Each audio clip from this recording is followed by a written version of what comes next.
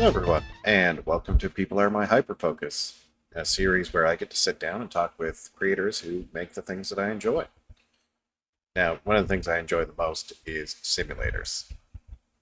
Today, I'm joined by the lead dev and big boss of Byterunners Studios, the studio behind Drug Dealer Simulator 1 and the sequel which just came out.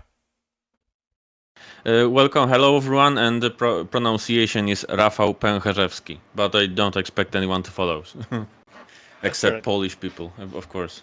One of the things we were talking about just before we started recording was how nothing ever really goes according to plan. Was there anything that you found during the development of your sequel, maybe lessons that you would learn from the first game, that didn't quite pan out how you were expecting during the development?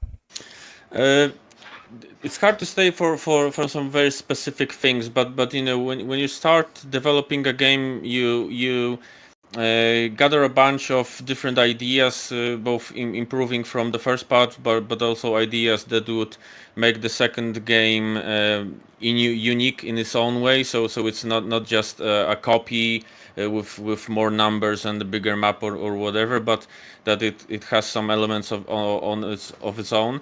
And when you start to put all these things and ideas together, some of them work as expected, some of them turn out to be not as fun or balanced as you expected, so you have to adapt, change these elements, think through how these changes affect the other elements that are connected to it. So it's a very like fluid and complex process all over into the end, and only at the end point where you start lacking time and budget, you have to think, okay, what can we finish up to what level, and what do you have to resign from, or things like that.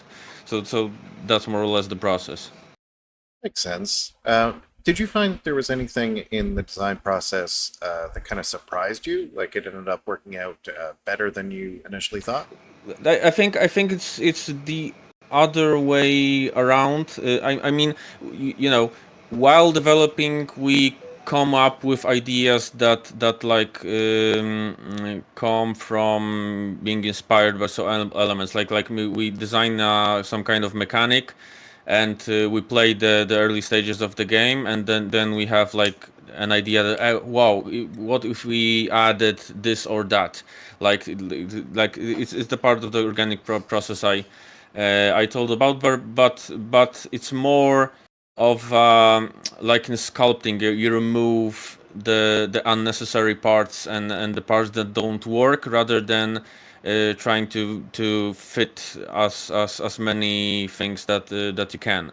So there are a lot of ideas that on paper sound great, and you prototype it and see if it really is great or not exactly, or it could be great, but the form that you chose isn't exactly the one that's fun, or is like, I don't know, frustrating or hard to follow, and stuff like that.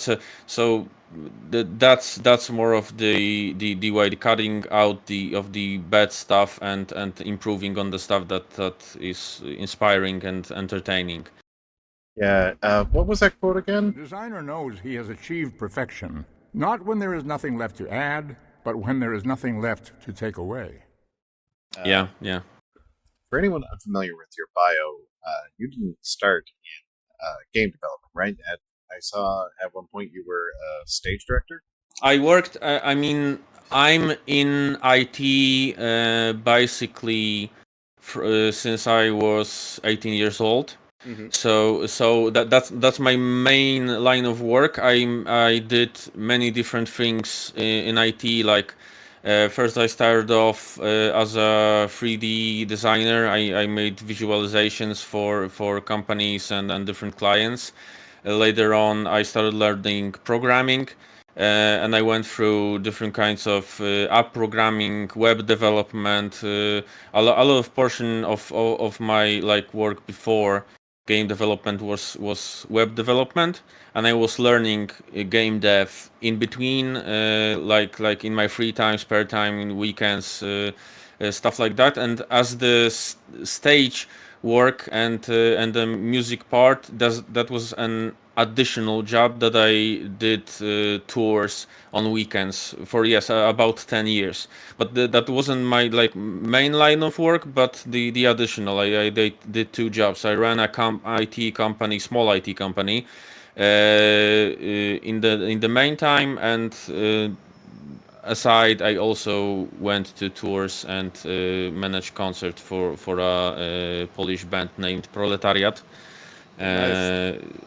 So I took care of setting up the stage, taking care that everything works fine, that the setup of the stage before the concert is fine, taking care of the equipment. Then after watching after the concert, if anything happens, if anyone of the musicians needs assistance and stuff like that. And after the concert, we packed all the stuff, all the instruments, made sure nothing is left over and stuff like that. Put in the van, next concert, Hmm. basically. So that actually leads into one of my next points was that I noticed of the 6 devs in the Meet the Devs, like yourself, K. Pietas, David, and Damien, all Hmm. all have a music background. With you being a Hmm. drummer and Pietras put like being your music director, put out the banging soundtrack as well. Hmm. Uh, so um, First of all, I got to get out of the way. That raid theme, I both love and hate Pietras for it because it is fantastic, but it immediately puts me into a panic. And like That's why it's fantastic. it's Yeah. it hits its goal so well. There was a point when I was streaming this where I was like, it was the first time I get hit by a raid, and I was literally like I was shopping in the jungle at the supplier, and I was like, why'd the music change? And I looked out and nothing was happening. I'm like, oh, that's weird. And then I left, and the helicopter was just coming in, and it was the perfect moment of just sheer panic of me running to the shack hideout and just failing to stuff everything away and getting knocked out. And I was just, man, like, just as soon as the bass starts kicking in, the heart starts pounding. So like, big kudos to you guys for that. I just lost a half kilo of meat. But Yeah, we like when we were designing how the raids should look in the sequel, prequel actually. We had some different ideas, and then at one point, like I was okay. There's a co-op game. Players can be in different places, so I have to figure out the way so I spawn enemies somehow around the hideout, and then it kicked in like chopper. Why yeah, not? Like it comes in, the rope goes down, and they just spawn in and surround the hideout. And we incorporated like the incoming chopper sound with the intro of the music to make it build up and then be like, oh, what the fuck is happening? And really it really went great, and we were very happy about it. So we took actually a lot of time to improve that base idea to make it as like emotional and engaging as possible, and then the chopper then chasing you between the buildings and all of that. I had actually uh, the raids and the combat system is one of the elements I had most fun. We had most fun, including Piotrek, Krzysiek, sorry, with the music making in the game. I spent a lot more time than I was supposed to making that part of the game, but I just geeked out and had to. well, honestly, it's something that I'll find myself commenting on in stream quite frequently. Is just I love the music. Like the raid, obviously that's the number one that makes me happy. But like even the because you're chased constantly in the damn game. Whether I'm getting chased by like Slav thugs in the jungle or Slav's Bay or the police or whatever, you've constantly got that chase theme, which is built on the one that was in Drug Dealer Simulator 1. Um, Mhm. and like I was hearing it in my sleep after a while. So but I still like it never got tired. And like when I would go to the club in Slavs Bay and hearing all of the his rave parody music playing while I was there, just always made me smile. Like just always made me sort of laugh. And I'm like, yeah, this is exactly what I expect from a club like this. This is perfect. So I think the extra dedication on music there definitely well worth your time. Yeah, the music is like just like in the first part. The music gives works a big part of the atmosphere of the game, and I'm very satisfied with working with Krzysiek, as we understand each other very well, and my musician background also makes it easier to communicate what I expect, what I see, how this music should work in the game. But I don't have to explain a lot, as we understood each other very well, and it's basically like, hey, I would like to like have this music make this kind of feeling, and after the gameplay switches to this to make it like more dynamic or anything like that. I shortly describe my like vision for it, and he's like, okay, just give me a sec, I'll do it, and he does it and sends me a prototype of the song, and it's just perfect. So yeah, that's a very nice part working on that. And the choice of the music, like playing around in the environment, the artist licensed music as well. Krzysiek is also responsible for selecting the tracks and then the source for the tracks, so it's so that they fit perfectly. And we separated like the action music, like from raid combat and stuff like that. Environment music, which is more like the atmosphere of the world and the music that plays all around, and some kind of hip hop vibes for music in like radios that you can put inside the hideout and buy in the store. So these are like three different like areas of the game where the atmosphere shifts with the music. So yeah. So with the music, did you or your team contribute any of your own riffs to it? I mean, I know you were a drummer for like 10 years. No, not for now, but we have a plan to add some of the music we make, as both I and as my Marcin Zdunek, my assistant and second developer, we are both musicians and have bands. I have a thrash metal band named Grenade, and I wanted to put Yeah. some of our albums somewhere in the game world, but didn't do it so far. But it will probably land in one of the updates, as it's my music. So why not? Yeah, Basically, exactly. First, also, I'm military, so a band called Grenade definitely tugs at the heartstrings. cool. But I'm a lover of just video game soundtracks in general. I tend to listen to them in the car when I'm going for long drives, or like when I'm writing or working on anything. I find like just zoning out to a soundtrack that gets me the right feeling for what I'm working on really like Mhm. makes all the difference. I was wondering if there was any soundtracks that or games that stuck out to your mind for that, because like for me the two that are my go-to are the Killer Instinct soundtrack by Mick Gordon, which is just phenomenal because it's all like dynamic and everything, and Shadow of the Colossus, both just phenomenal.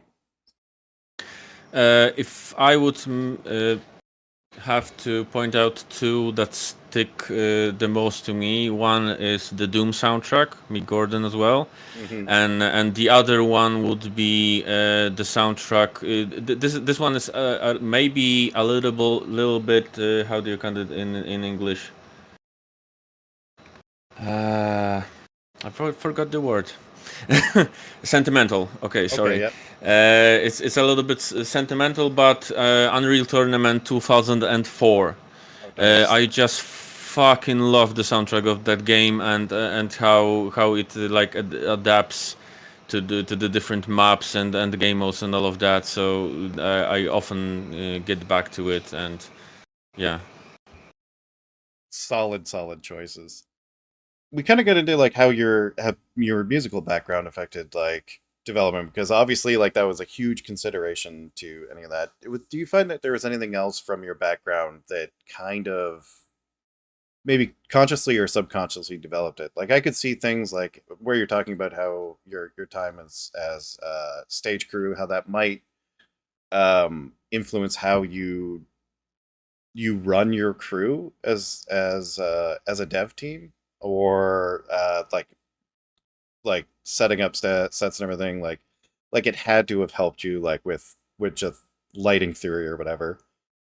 But like all of these different experiences change the way that you create stuff. So like no time that you've spent in your life is wasted. It just changes what you're going to put out, and it makes you you. So I just Yeah, kind of exactly. was just kind of curious what other aspects of your background kind of influenced that, whether it was the stage crew or like your time spent playing airsoft or whatever. Uh, it's hard to precisely define, but surely all the stuff I did uh, way back has an influence on how I like view things, my philosophy of work, right? The way how I interact with people inside the company and outside, and how I run my business and stuff like that. And I think that a lot of us are just generally creative people that like to explore different like areas where they can make something new and learn something from it, and the skill sets from these elements intertwine somehow. I think that the most that I got as into game development was from my IT background, because like Mhm. I was doing the 3D, so that made like 3D imagination and lighting and like level designing, all of that stuff much easier to look at and think about. The musical experience gave me knowledge about general audio technical stuff, not only music. So I can like think about the sound design in a different way, not from a point of view of someone that hasn't have had the experience. Of course, I give the specific work on sound design and on the music to the people that are really into it and are way better at and more knowledgeable than me in that. But I have this baseline that I know how to talk with them and explain to them what I would like to have and stuff like that. uh, and all the other things like programming, web design. I think that helped me with some kind of UI work and or user experience stuff, etc., etc. Right. So I did many different things in my life. Airsoft, not exactly for now. I mean, when I'll get to maybe developing some kind of shooter or other like military-like weaponized game, that then my airsoft and shooting in general background will help a lot for sure. But for now, as Drug Dealer Simulator does not include guns. Uh, this is just a rolling subject. Mhm. Uh, it hasn't helped much, besides maybe the discipline element, Mhm. from all the military stuff and the interests, but otherwise, So on the drug dealer simulator doesn't have guns meme, which yeah, at this point yeah. it's been talked about so much, but I want to know because for those who aren't familiar, drug dealer simulator 1 had no combat. It was just pure evasion, which it was almost like thief simulator in that you just don't want to get caught. You're not fighting people. Drug Exactly. dealer simulator 2, you brought in like fighting local gang members and stuff, and you can fight against the militia, but I wouldn't recommend it. No.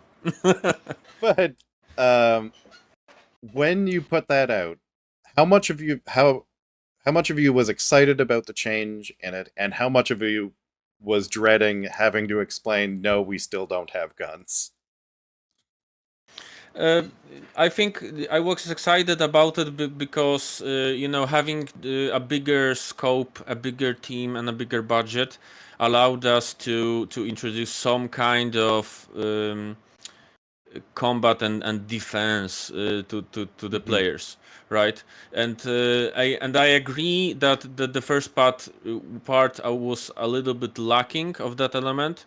And it's a nice improvement, and it gives more flexibility into between playing the game like nicely and stealthy and all of that, and avoiding the dangers, versus using some of your PvE skill sets and just combating the world, finding a way to fight your way out of some situations, or fight back, or just even be aggressive about it, right?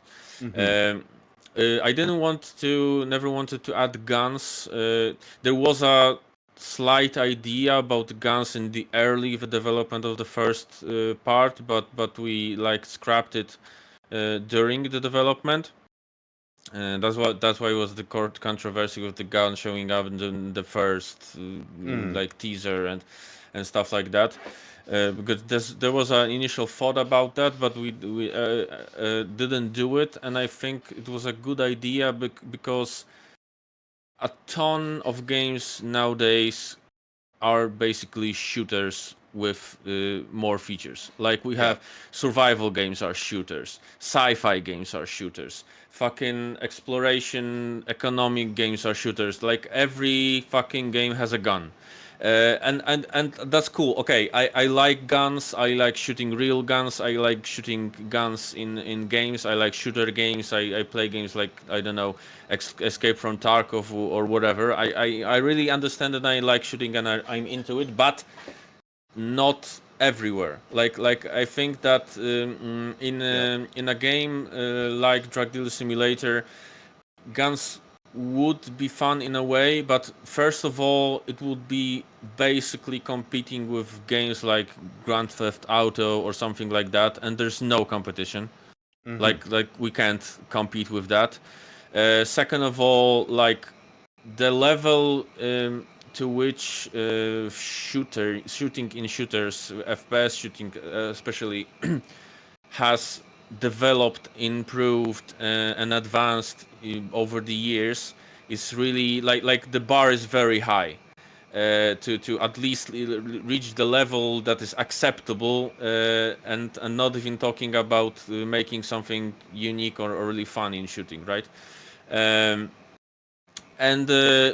when you add guns, it's really hard to balance the game in a way that the meta doesn't become just shooting your way through problems, right? You find the place where to get the best gun in the game. You gather the best ammo in the game. You find a meta way to obtain the most guns and most ammo you can get.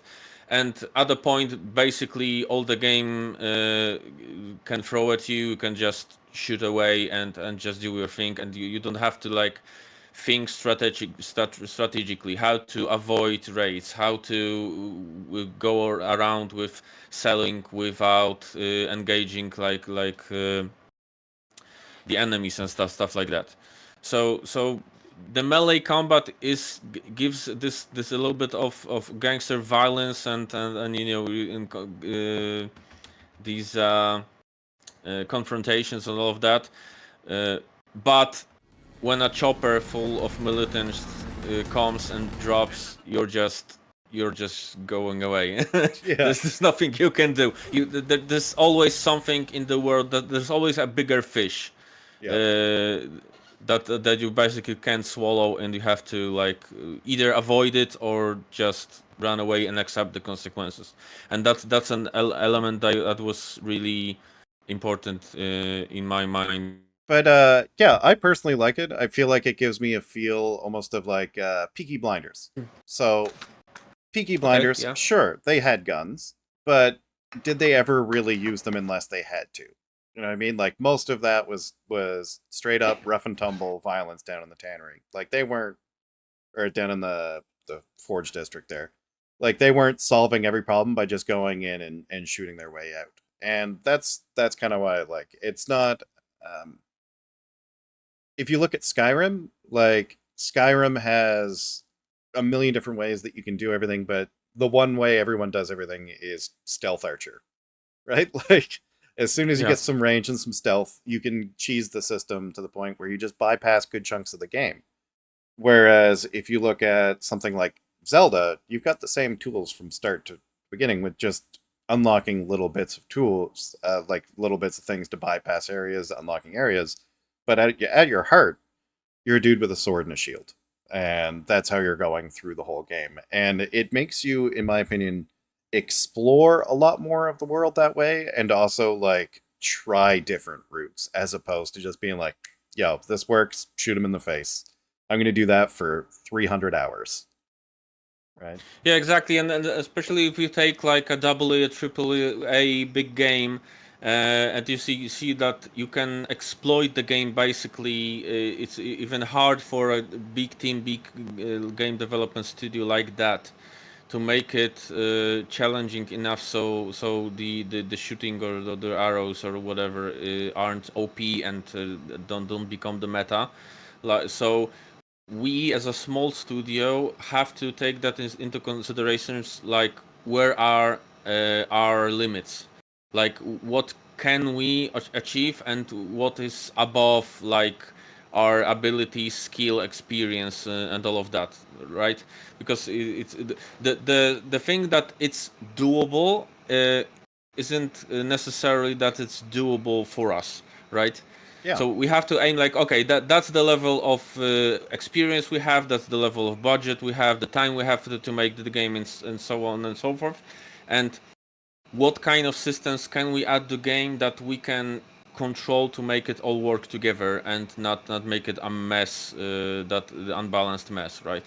Because we could go with some try to do some stuff like, I don't know, give very little guns and very small amounts of ammo that are only like in separate places.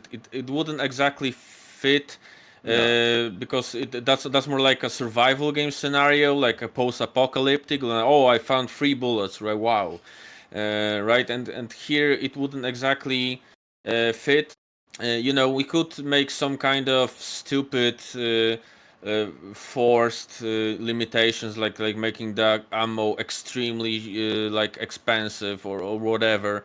But things like that don't work exactly, and it would still require all the complexity and the work to make the shooting work fine, even if the shooting is a very small portion of the gameplay. Yeah. It affects tons of things, like people have to react on you shooting them, shooting others, run away, like all the NPCs need to have hitboxes with the different like registrations. All the environment has to be redesigned in the consideration of colliders. The height of obstacles have to be adapted to the levels that like the NPCs that shoot you and you shoot them, that it's on the good level and you don't shoot like into the obstacle, and so on and so forth. Destroying objects like windows, glass objects, different kind of bullet hits on different kind of surfaces. There's just so much, like people these days, like they just don't really notice that, as that's just the default. You run a game and just shoot around, it's cool. But the level of complexity above just adding a gun, reload animation, and ammo counter is really high. So Yep. if we put all that work, time, and money into that system, which would be a little part of the game, we would have to cut out a ton of other things that are great for the game, and would hurt it more. So that's the balance we are working on a daily basis, basically. Well, I personally think you found the right balance because, like I said, I don't miss it at all. Like I don't feel like there'd be any situation like every now and then I'd be like, man, I'd love to grab that dude's rifle after he just butt stroked me in the face with it. But like aside from that, like that's just out of a pure frustration point. That it's as for actually like playing the game, I personally love it the way it is. So I think you guys definitely prioritized right on that.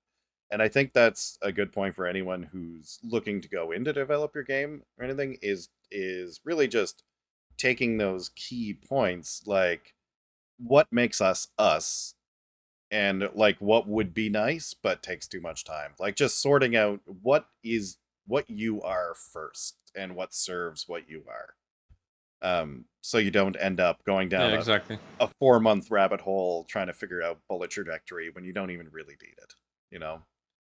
um because yeah, combat systems are not just an easy Unreal Asset Pack $300 download and good everything guns works now. Like, Yeah, yeah, yeah. but I don't know if you if you have are you on the drug deal developer drug dealer simulator Discord? I am, yeah. Yeah. So you're probably familiar with the ragdoll equals true meme. Yeah. Yeah, Yep. because a guy on this. So I explain to the people that don't know. A guy on the Discord like wrote, "Why didn't I add shooting? It's that just like 3 days of work. You just shoot a guy, make a line trace, and set ragdoll to true, and it's done, right?" Yep. And I'll tell you this. I after that I actually the variable that controls whether or not the NPCs die after they get killed by the melee combat is called ragdoll, and and I like indulged the guy and set ragdoll to true. Yeah, so that's actually in the game, so he can like say that he has a part in the development process in a way. That's fantastic. So fun fact. I couldn't like resist. Drug Dealer Simulator 1 came out about 4 or 5 years ago. Um, did you find a lot of feedback from the release of the first one ended up making it into the second one? Or it was part of your planning process? The lack of um, some progression in some areas, like we learned that like when I was making the first game, I assumed like, well, I think that people will play it for maybe 30, maybe 40 hours, and I think that that's it, right? Like how much can you play this game, right? And that's what I designed, like the progression and the amount of content for. And then suddenly we get feedback like, oh, I have like 700 hours and level 125, and I need more content because I want to play more. That's what one of the elements for sure that we told, okay, we have players that will play 20, 30 hours and would like to like complete the game in a sense, or at least like know all of its contents, but at the same time we have people that will play like 1,000 hours, like 1,500, and will like grow everything out of proportion. So this for sure was a big part of thinking how to design the game and the architecture of the game so we can take it, because this is also a technical challenge as well. Mhm. So that's why there's all these levels, from dealing on the streets to hiring dealers, distributors, like expanding the operation, and you can adapt it, expand to the territories you like, not necessarily everywhere. Uh, that surely was a consideration, and a lot of like minor details and things that in the first part didn't exactly work, either from the, like I said, design standpoint or from the technical standpoint. Like architecturally, the second part is way better made, and that's why we are able to put out updates and fixes and changes and balance changes to the game so quickly, like in a matter of weeks or 2 weeks or something like that. Because in the first part, like I didn't think through the architecture in the well way. It's like it was like the first big game I ever made actually. It's hard to me to like get back and remember the exact details, but surely when we started developing the second part, we took a lot of the knowledge we got both from our side and our point of view, the things that worked fine, the things that didn't, and as well from the community, like what the community likes, what they expect, and what worked in the game in their like point of view. So and we like designed the second part to be a game of its own in a way, but to learn from its predecessor and improve on many subjects that were like complicating the gameplay in the first part. So I want to roll back a little bit to what you were talking about with people who put in anywhere from like 1,500 hours or more. Because like I'm guilty of putting in that much time in a game that I'm really into, but not everybody is. And as developers, you kind of need to prioritize at what point are you putting in 1,500 hours worth of content for 10 people as opposed to 60 hours of solid content for like 100,000 people.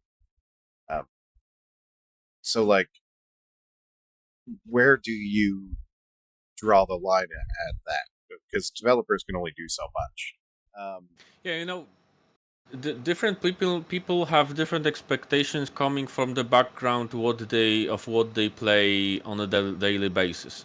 Like I think that people that spend like hundreds or thousands of hours in Drug Dealer Simulator 2 often also play like games that constantly are being expanded with new content, new update, like games that live for a very long time, are not exactly a closed system that Like the live used service to model. games. When they're used to the live service model, and especially in a smaller indie game where the game has a lot of minor flaws and not everything is like super detailed and all of that.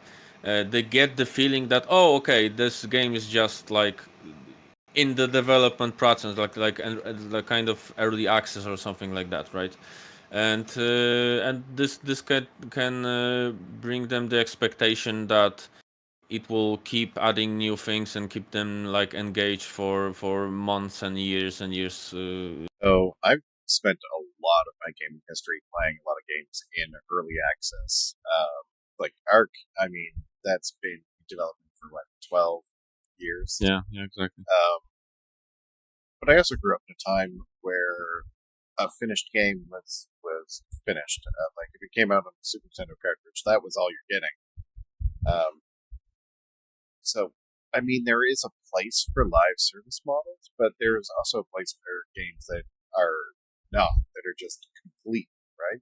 AAA developers of many games like they when a game succeeds, like it's a financial sale success, and a lot of people buy it and a lot of people keep buying it, like they treat it like a long-term investment, that okay, we have something that has a big base and we have to keep like investing in it and keeping it live for as long as possible, as long as physically possible, to keep those sales coming, keep new people coming, and so forth. So there's a lot of games that aren't exactly released in a live service model, or aren't those type of games like in particular, but when they release and get a success, then suddenly like the publishers already go, oh, we're gonna support it for 5 more years and 10 DLCs, 50 new maps and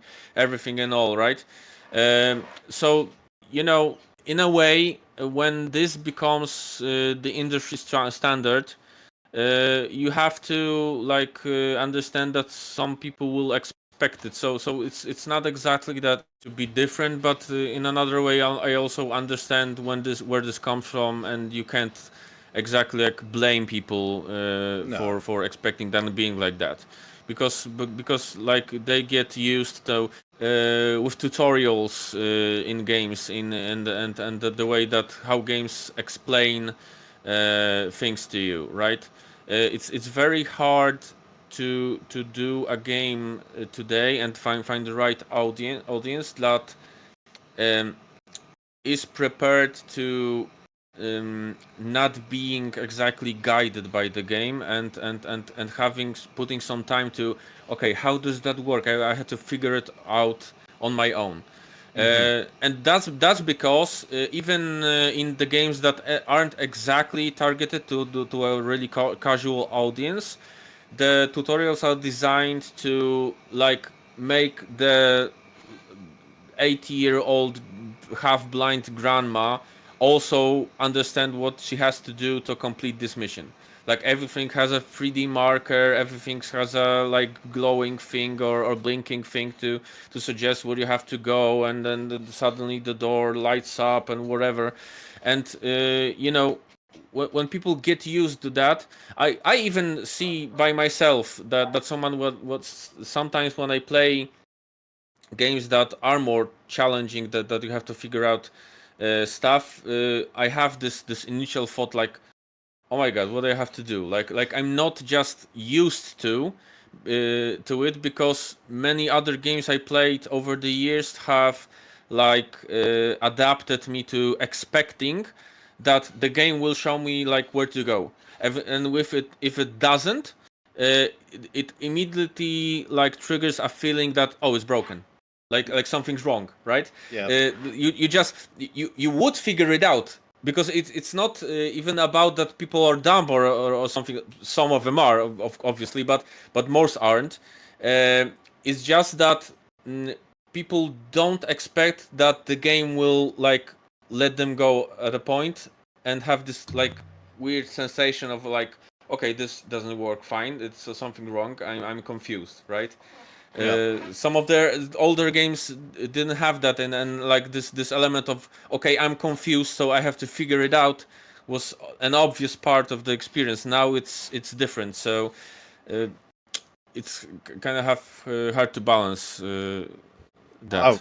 100%. Everybody knows. So I'll use Skyrim as an example on that. The tutorial portion for Skyrim, I say like right up until Whiterun, you're playing the same game every time, and it's 10 hours or 5 to 10 hours of playing the same game and Mhm. having your hand led every time, or Fallout, or I guess Bethesda just in general. But you're getting handheld throughout it, and it just feels like a slog where you're like, I just want to play the game. Not only have I played RPGs before, I've played Bethesda RPGs before, and I've played this game before. Just let me shoot dragons, right? Like, so Yeah. I feel like it's definitely a hard thing to balance. But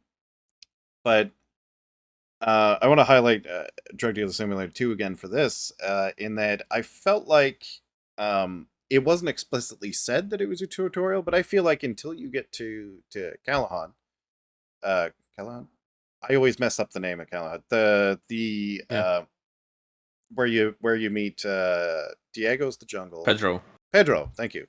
Yeah. When you meet Pedro, like I feel like up until you meet Pedro, that is pretty much like your tutorial area. But there are still many areas within that you have options to go into. Like you've got Yeah. six or seven different hideouts that you can have. You've got multiple different distributor like spots there, or dealer spots that you can manage. So yes, you're playing through the tutorial area before it opens up and sends you to the jungle and Slav's Bay and the volcano and everywhere. Um, but you're not railroaded within that, and I feel like that sort of hits that balance that you're talking about. Like, because it's not like I've started 3 separate playthroughs now, and I've one of them with my wife as a co-op. And the way that we tackled each one was different. Like we were arguing over where we were going to put our first safe house. Like in what is essentially the tutorial zone. Usually, in any other game with a tutorial zone, like your first safe house is your first safe house, and there's a thing being like, put your farm plot here. So yeah, I really liked that that freedom even within like that beginning portion to it. It feels like the game's not bombasting you with options right at the beginning, but you're also not playing the same game right at the beginning every time. So yeah, exactly. There was also a process from a lot of the dynamics of the introduction of mechanics and things like that changed after we got the feedback from the demo, as many people were like overwhelmed in the demo. The game was constantly bombarding with new stuff because we tried to like explain every aspect, because it's a mechanically complex game. So you know, to an extent you have to explain all the unintuitive stuff, like what's that, why it's that, how it works, and you know, the things that don't just, you don't have to explain, like if you go to this guy and highlight him and click him, he'll like talk on whatever. But if you're making a mechanism with some sort of specific way of working, you have to lay it out in some way, right? So some of it has to be there, but it's like it's hard to balance so that you feel that okay, you're following, like you're focusing on playing the game and not like reading stuff and learning, and at the same time you don't feel like a moron that the game tells you, oh, do you know that your right hand is this and this is your left hand, you know. yeah, So it's not an easy task, especially in a mechanically complex game, because when you have an easier game, you have like a slow tempo of introducing like simple mechanics and interactions, and like say, oh, this is a pickup spot and you get loot. Okay, cool. And now this is money, you can buy stuff. Okay, cool.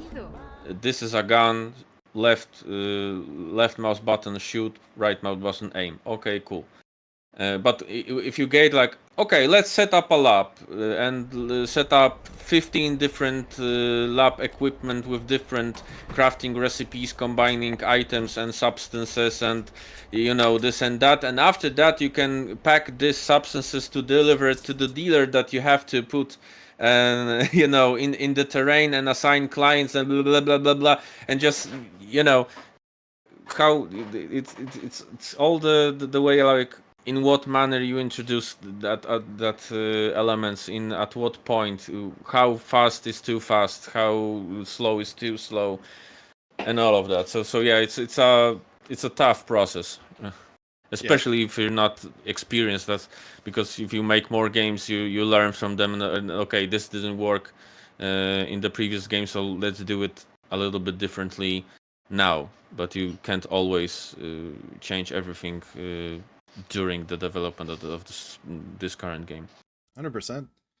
That you probably went back and forth a bit on was at what point to introduce like drug mixing like you had in the first one, and like how much information you give with it, because that, to me, that was something that I really enjoyed about the first one, in that like I know data miners had in the Steam guides and everything, you know, what every substance does when you put it in, but I personally liked just fucking around and finding out. So I kind of liked that information wasn't easily accessible. I liked being like, okay, what does sugar do? What does baking soda do? Oh, that kills that guy. Cool. And then making my own notes, which I had like all my drugs were themed after Fallout drugs. So my amphetamine was Jet. So I'd have like Jet Blue and Jet X and everything. I'm like, oh, Jet Blue's really taken off. Excellent.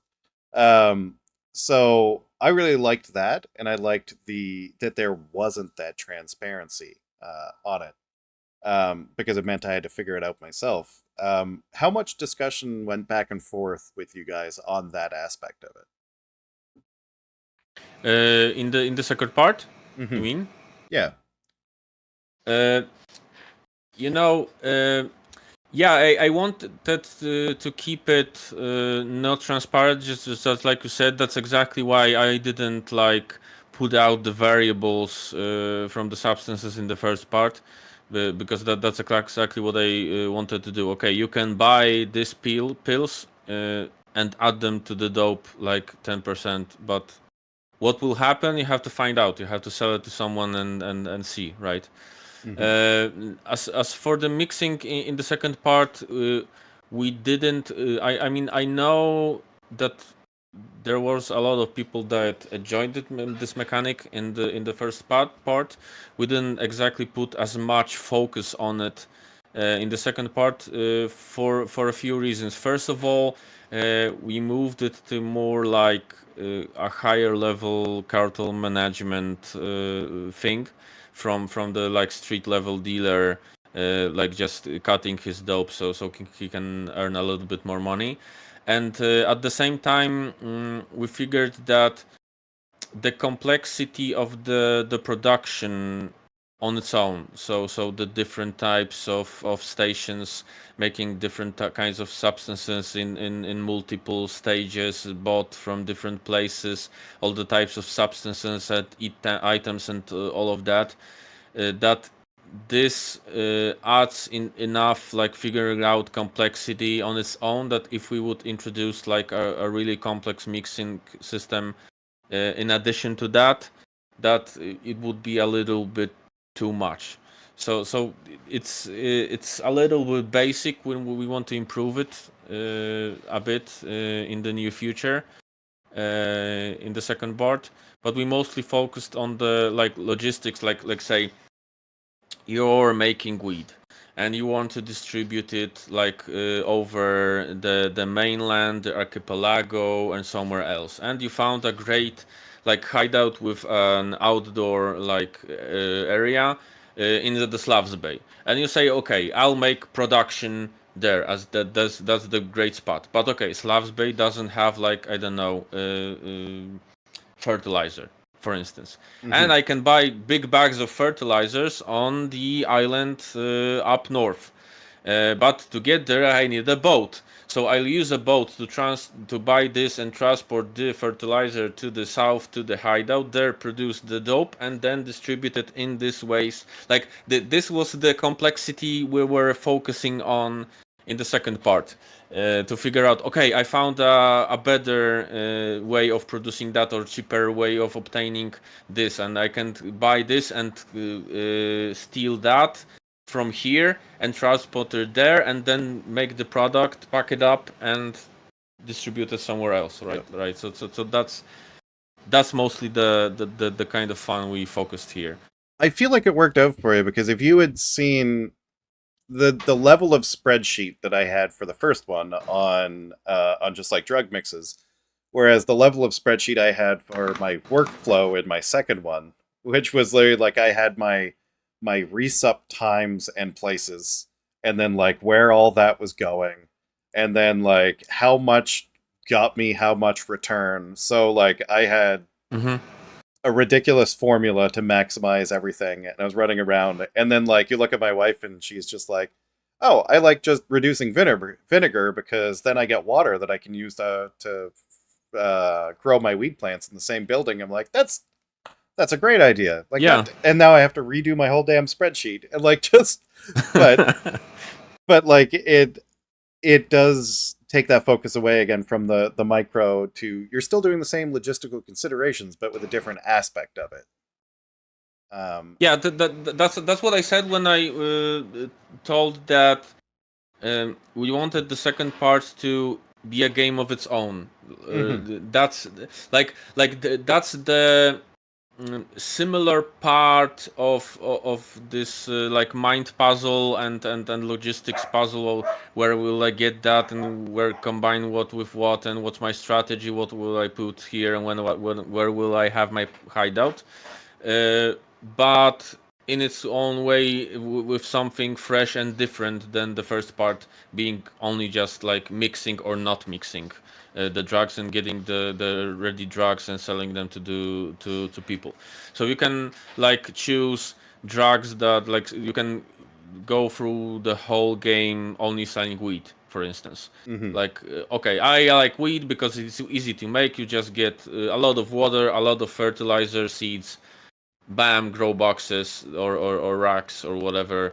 I just go make kilograms of it and distribute it all over. Or you can go with some drugs that have like 3 or 4 stages of production and different kinds of ways of obtaining specific substances. Some of the substances can only be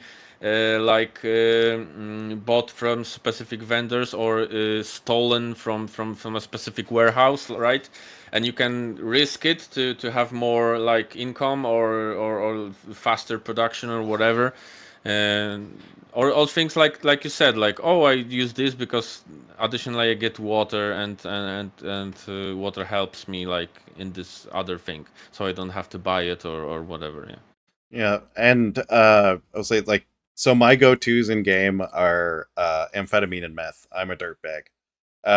Like Okay. weed is my like my common crop that I like. Everybody gets weed, and it's easy for me to produce. And if my weed shop gets hit by a raid, like I can get back on my feet. It'll be okay. Yeah, But exactly. if my meth lab or my amp lab gets hit, I'm like, I am never gonna financially recover from this. Like I am fucked. Like so I Yeah, like yeah. but I really enjoy the mechanics of like how I get the stuff without spoiling stuff for people who haven't played it. How I get the stuff for amphetamine, because there is anybody who's played it knows what the substance I'm talking about. That is just a nightmare to get initially. But like the different avenues that you can take to get that makes it like I'm more excited when I find a vendor that sells it or sells like cocoa or whatever than I am about finding like epic loot in another game. I'm just like, fuck yeah, okay, I can make another 100 grams. I am killing it. I mean, like, Yeah, exactly. but it also brings in that balance between like, okay, do I want to rob somebody Might have had two to essentially make free money? Might have. Because Well, like a bowl and a I've been a good boy and the militia's been leaving me alone, but I'm also a good poor boy. So like, Yeah, yeah. there's a lot of balance that goes into that day to day, and I found that like my days didn't generally end up repeating because of that. Like I might have 1 or 2 days where I was doing the routine, but then I was like, no, I need more, and I would start taking riskier behaviors, which I found interesting that it just kind of, because I'm a very conservative player in a lot of things. Like I go the turtle route whenever I'm playing strategy games or RPGs or whatever. Very much build my defense, slowly crawl and build up. With this, I found myself constantly being like, nah, I should take a risk.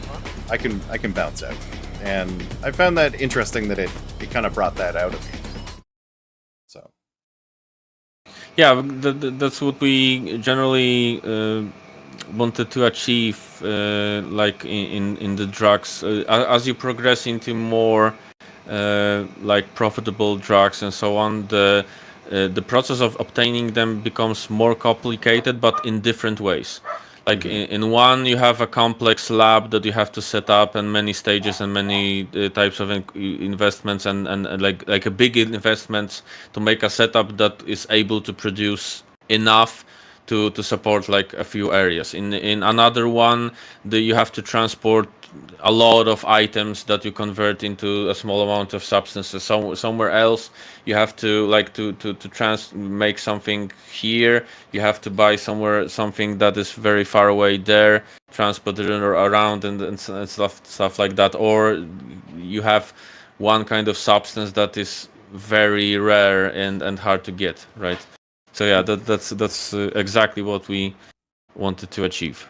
Maybe it ain't perfect, but it's pretty much there.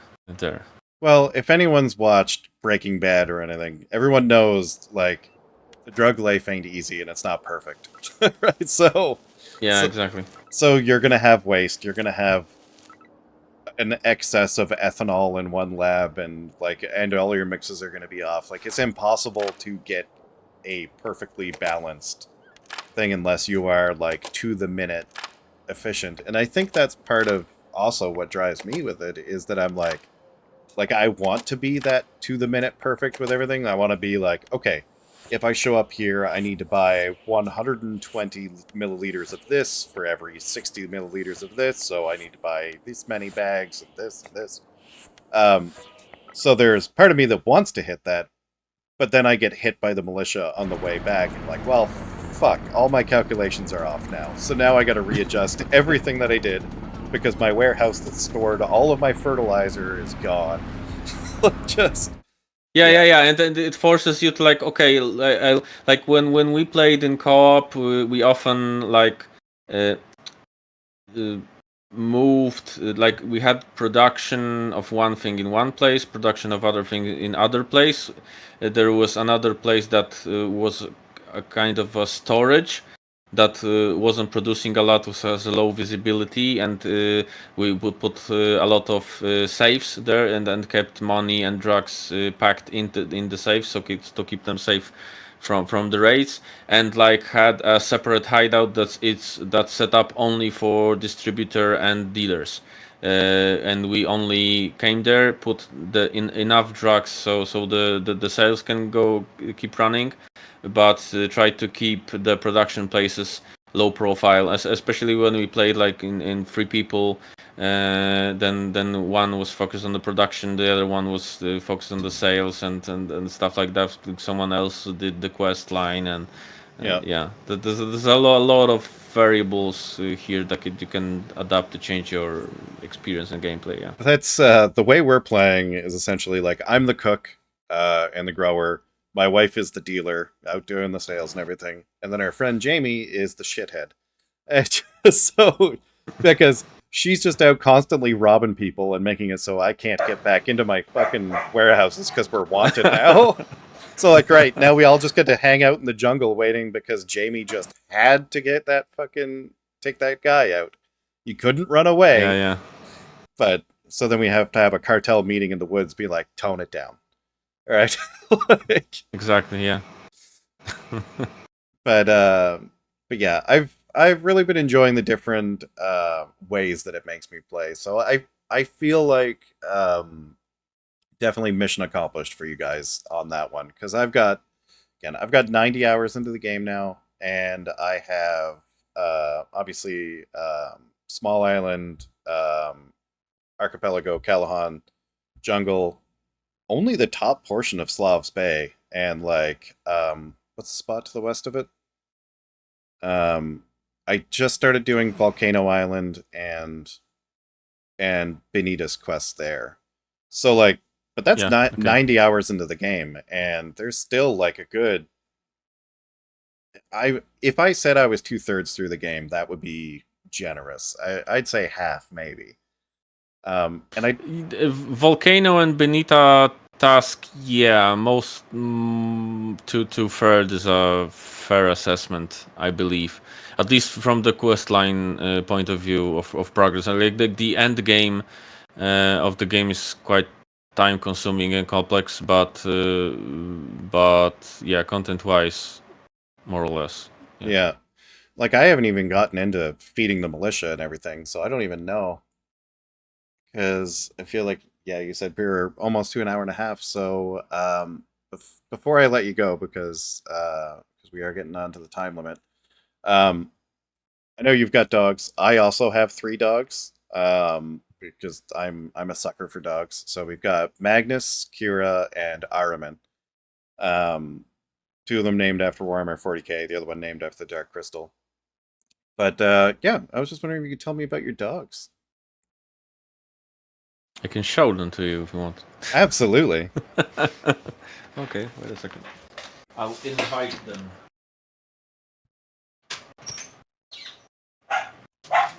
Come, chodźcie.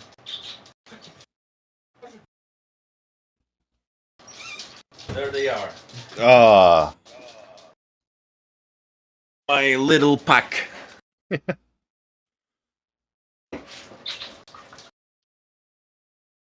Yeah, that's my little wolf pack. I love him. I'm totally a dog person. I also have 4 cats, but I hate them. They're more of my wife's thing. I'm not into cats. The We same. always had conflicts with cats. Me and cats get along, but they're not like I've always been more of a dog person, and so we have 3 cats as well. But one of the cats is the wife's, the other 2 are the kids. But Mhm. yeah, my dogs, I think one of them is probably the size of the 3 of yours combined. They're American Bulldog mix. Okay. Um, Okay. All right. and one King Shepherd. So yeah, they're big uns. Big That- doggos. Yeah. Yeah, that's why they're not in here because they would dominate. Especially the King Shepherd likes to climb up into my lap right now and just get all up in Mhm. my face. So, Yeah. Big dogs have their pros and cons. Surely. oh yeah. Well, they just still think they're lap dogs. That's it. Yeah. So, what are your pups' names? This is Rusia. That one over there, farther away, is Cora. And here, come on, for a second. Chubby.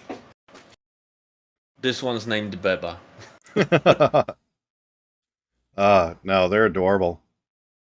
That was Cuties.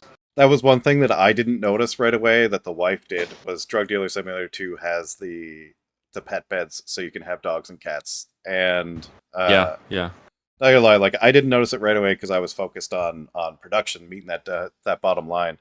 But the wife was just like setting up her hideout. She's like, I've got my cat, I've got my dog. Like, wait, what? Like, so that was her Yeah. thing. Like, I was out hitting the notice boards and be like, oh, we're gonna cut a couple more dealers. And she's like, well, hit the notice board anyway. There might be dogs. Get us a new dog. So Yeah. So when did you decide to include pets into your cartel game? Actually, pets were also a part of the requests from the from the players. They want to have pets in the game. It also adds a little bit more like this household comfort, so you can set up your hideouts to be more like a safe place and and elements like that. So we just wanted to add them. Like they don't really have much like gameplay functionality. They boost your stats a little bit, change them a bit depending on the dog or cat, and their bark or meow, or whatever. But mostly it's like this accent that you can put a dog that sits around and how do you say it? Guards your like production or whatever. So Mm-hmm. so that there are some elements like a co-op game elements like just having fun and memeing out a little bit too. So that's just like let's add it, right? Yeah, that was one thing. It's just a fun element. Once I found the furniture vendors in the jungle area, or not jungle, sorry, in the volcano area with all the voodoo stuff. It's like, oh, I cannot wait to do up like there's that one hidden shack at the top of the mountain there over the overpass. I was like, I cannot wait to do that up as my voodoo hideout and just like bring the wife to it and be like, this is where the murder happens. Like, just this is where we take Jamie when she's been a shithead all day. But yeah, so I do love those little touches in like for the co-op, like going to my wife's place and be like, oh wow, your shit looks nice. All of my stuff is just like 50-gallon drums in a corner. Like, yeah. but yeah, no, I really enjoy that. I found the furniture does add some stuff, and I know you said like comfort is eventually going to be a mechanic at some point. You were talking. Yeah, comfort is mostly related to the stress mechanic that is currently disabled, as we weren't like happy about how it works, and it wasn't exactly interesting. So we probably will get back to that as comfort will. comfort will make the stress go away and the negative effects of stress go away, and we also want comfort to affect employees that work in the specific hideouts. That's the most. For now, yes, comfort doesn't do a lot for now, so it's an additional stat for the decorative furniture. Yeah. Mm-hmm. Yeah, I can see a couple of different ways where that would be interesting. Whether it was like lowering stress or just like your dealers perform better if they got a nice hangout to come back to. I can see some cool ways that that it could be implemented. So I look forward to seeing what you guys end up doing with it, because so far, like, I've been on board with all the decisions, so I'm just excited to see what comes next.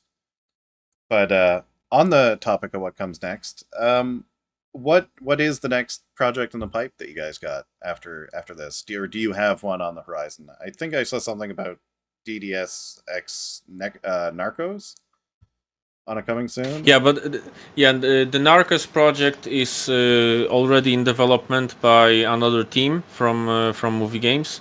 So we're not exactly like making it. So it's a spin-off based mostly on the first part. But as for the future, for now we are focused on planning what to do next about DDS2.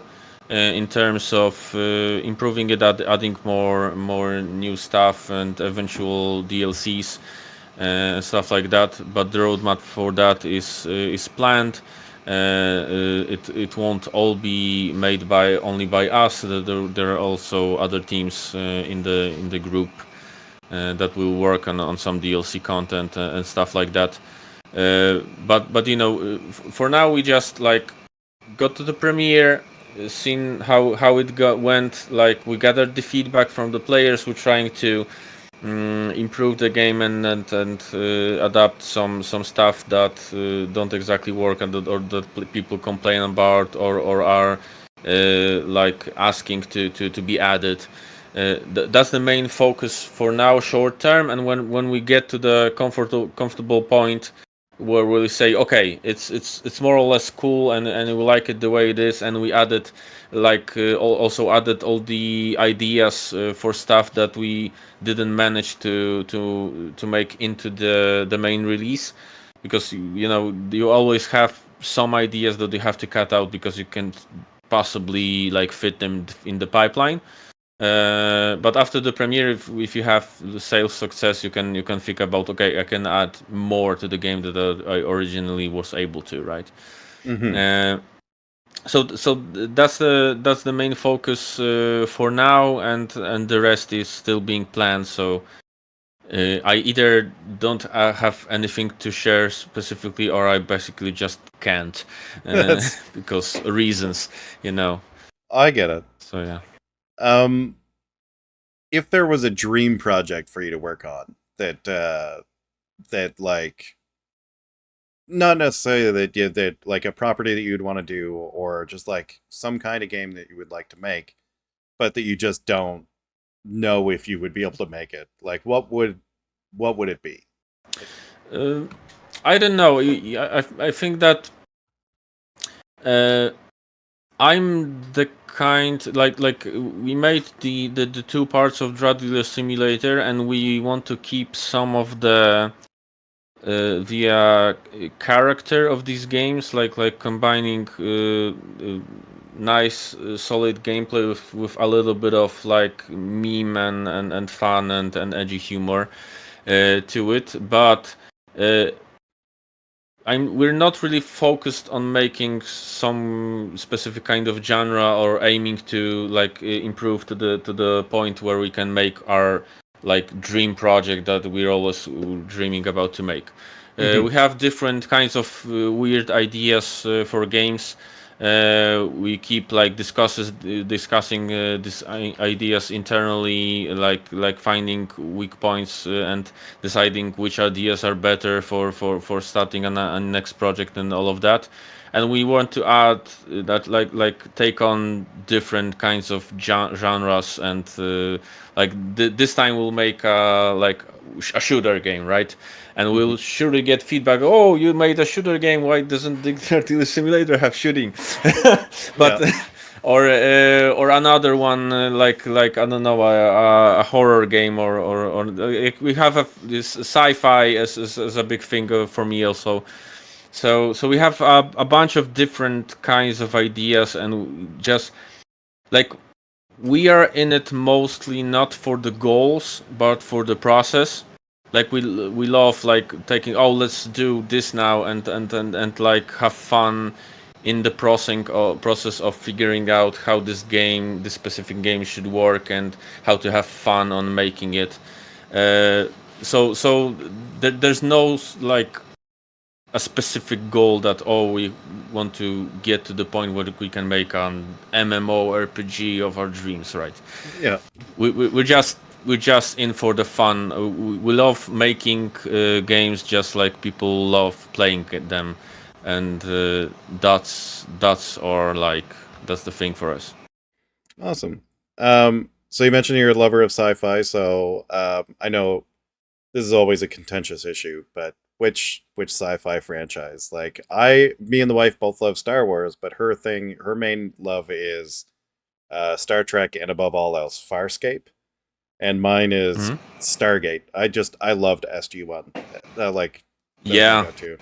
Oh yeah. I actually okay. We have one idea in this kind of Stargate atmosphere thing. Yeah. Oh yeah. I won't tell you more, but yeah. The Stargate is I really love like the combination of this ancient Egyptian stuff with alien, sci-fi. Yeah.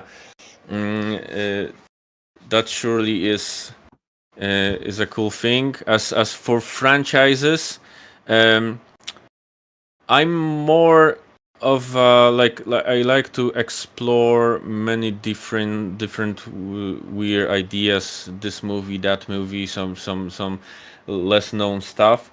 If we take on Star Trek or Star Wars, I'm more into Star Wars, I think. I mean, I like Star Trek, but I never really watched a lot of the original series. I watched some of the movies. I watched the newer shows, and it's cool, but it's a different vibe, and not exactly for me. And I also like this kind of more dark dystopian psychological sci-fi things, like, I don't know, Blade Runner, The Matrix, stuff like that. That's definitely my vibe, and space in general. Yeah, I get you. Yeah. I generally obviously loved Firefly, because that was one of those it wasn't necessarily like a dystopian feel to the show, but it was a dystopian universe and it was just like a group trying to survive in that. And those are the kind of things that I personally like, that it's like finding like the humanity, or the like the stories about the little guys in these big environments. That's what always drew me to the sci-fi. But like, it's one of the reasons why I like the Star Wars universe, but I don't care as much about the Skywalkers or anything. Like, I want to hear about the mechanic who lives on Tatooine. Like, that's the guy I'm interested in. Right? I understand. Yeah. Yeah, because it shows like it's like the thing that it's a different example, but Quiet Place, the first part, right? The main thing I love about the movie is it shows like the everyday ordinary life of ordinary people in such an extreme conditions and environment, right?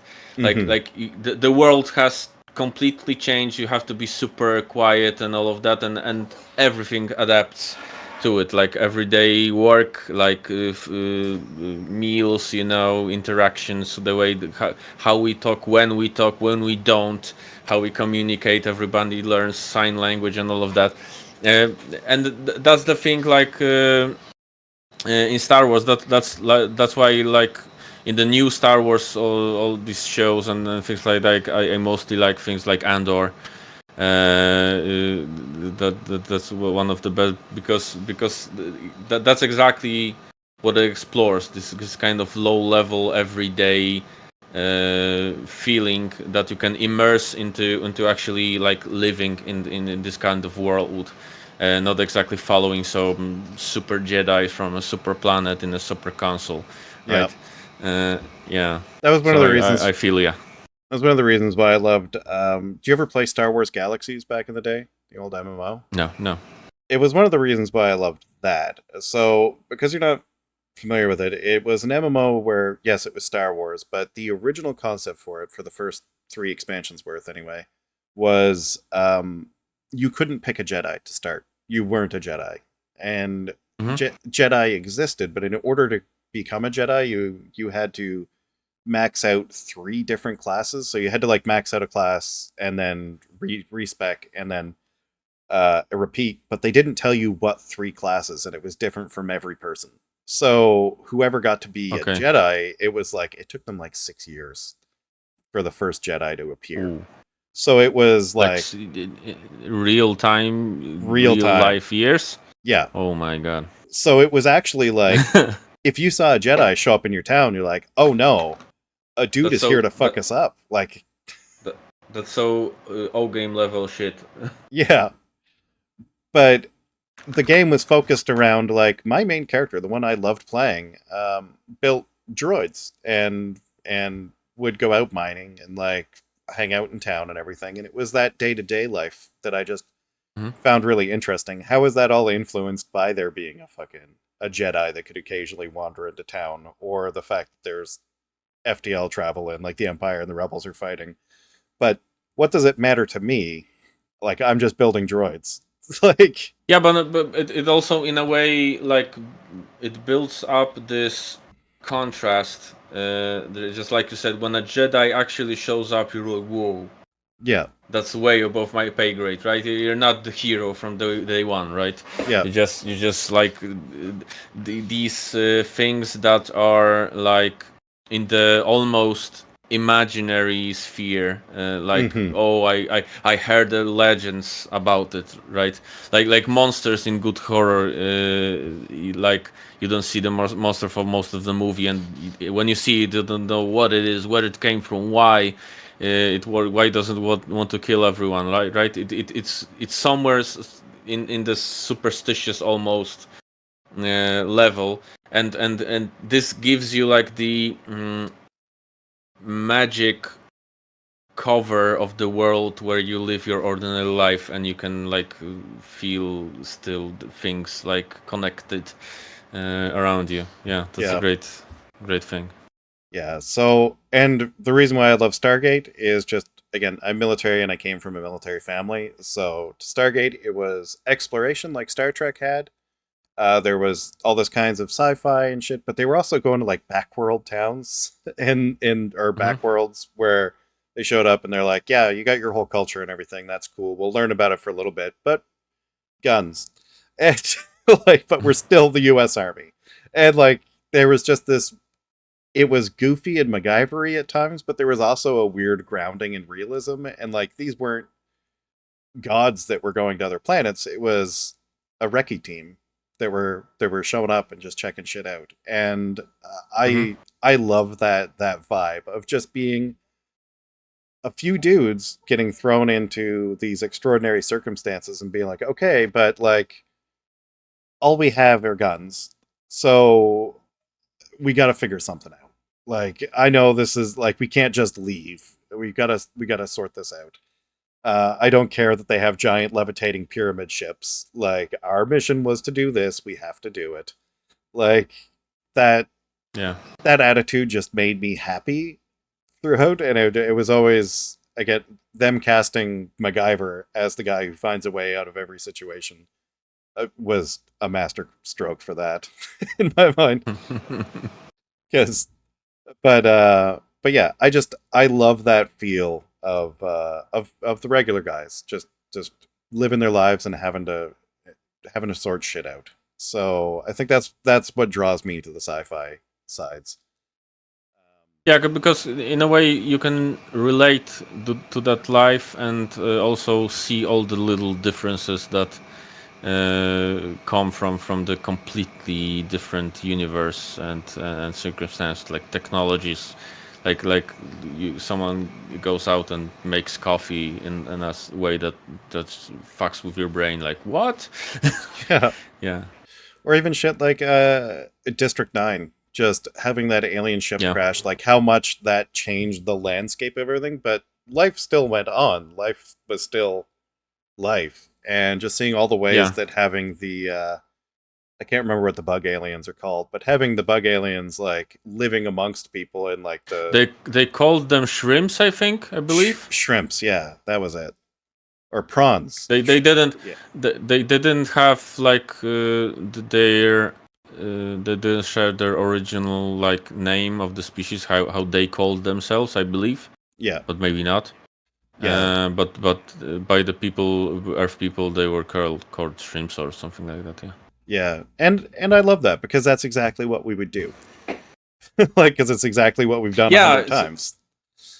and so it's yeah, and it's a completely different kind of scenario, right? It's not like aliens came and attacked our military and like we send a nuke and win, right? It's just okay, they came, the ship broke, they're here, fuck, what do we do, right? Yeah.